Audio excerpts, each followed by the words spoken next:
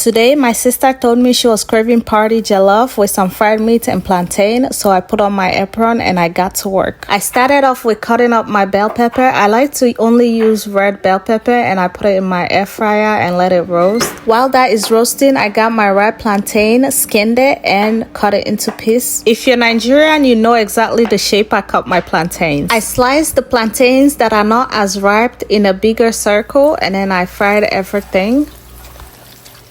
The bigger sizes will be taken out once it's fried halfway. This is the color I like my plantain, so I took it out. Then I smashed the big ones and then I double fried it. I learned this trick this year when I traveled to Puerto Rico. It makes your plantain look like a sun, and because of the thinness, it comes out very crispy every time. It will not be a party jollof if there's no meat inside, so I cut up my chicken. My sister has complained how she hates eating a whole chicken drum, so I cut it into little pieces so she can eat more and gain weight. I'm convinced that if I use my hand to break my chicken like this, like a cave woman, my muscle will come back. I don't know about you, but as for me and my family, we wash our chicken before we eat it. Now it's time for some seasoning.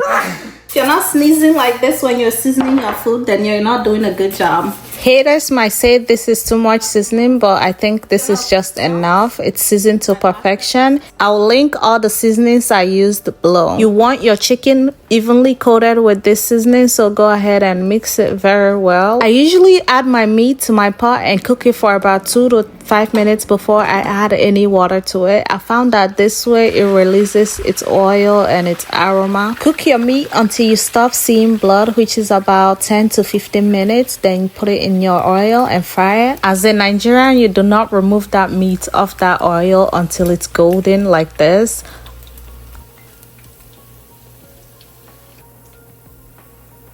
Once the meat is done frying, it's time to make our stew. Your roasted bell pepper should be ready. Add a little bit of ginger and some garlic. Blend them together. If you have some rosemary, now is the time to add it as well, or some scotch bonnet. Slice your onions and fry it in your oil until it's a little bit golden. Add your bay leaf, your thyme, and your tomato paste. I also added in some crushed tomato sauce that I had left over from another food. And I added my bell pepper.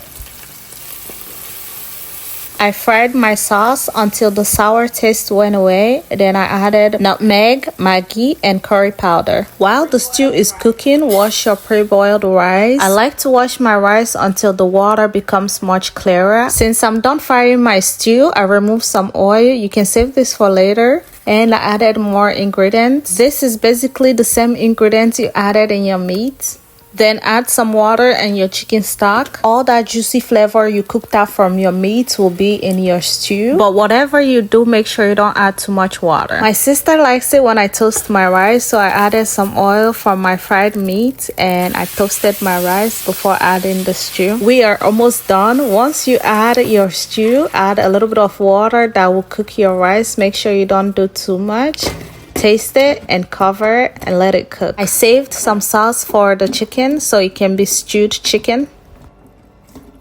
When I opened my jollof to look at it, I saw that it's drying very fast, and at this point I was so tired, so I just stuck it in the oven and baked it for a little while, and it dried up pretty nicely. Make sure you add some butter to this. You will thank me later once you try it with butter. This did not take too long to finish cooking in the oven, and if you know party jollof, it's all about the texture, and it came out beautifully. I topped everything off with some meat and some plantain, and I put it in the fridge because my sister likes it when it's a day old. Let's dig in.